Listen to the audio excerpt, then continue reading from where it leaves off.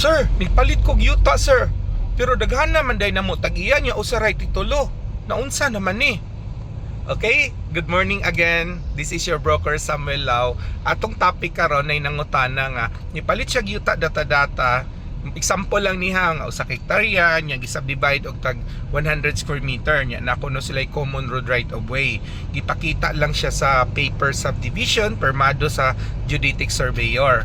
And then gipili siya block 1, lot 3 ngan ana. Nya giingnan sila sa nagbalikya nga mupirma may deed of sale kamo na bahala pa subdivide sa inyuhang tagsa-tagsa ka kuan sa mother title down to sa inyuha inyo nagasto tanan.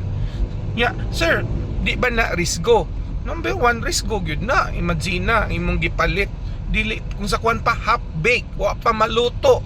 So, angay unta, kung imong gipalit, up to the full payment nimo, i-deliver sa developer ang titulo padung sa imong pangalan. Dili ingon kamoy patiwason.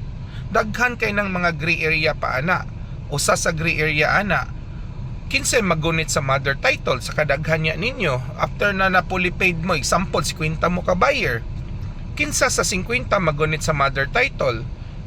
So kinsa unya mo trabaho tiwas ana, no? So daghang gray area, wagay takibaw kung naabay aprobado ba tong subdivision plan nga inyong gipamalit, basig drawing ra to, approve lang to, signed by geodetic surveyor, wala to approve from the DENR. Okay, careful ta. Okay, so kung naamoy mga ma-encounter ngon ana, ayaw mo bayad dayon. Pangutana sa inyuhang mga kailang nga license broker, ipa-due diligence ang dokumento. Okay, ipa-due diligence. Kung gusto pud mo kaila lawyer, ipa-due diligence ang legal side. Okay, so that's our tips for today. Careful para di mabiktima, mausik inyong kwarta.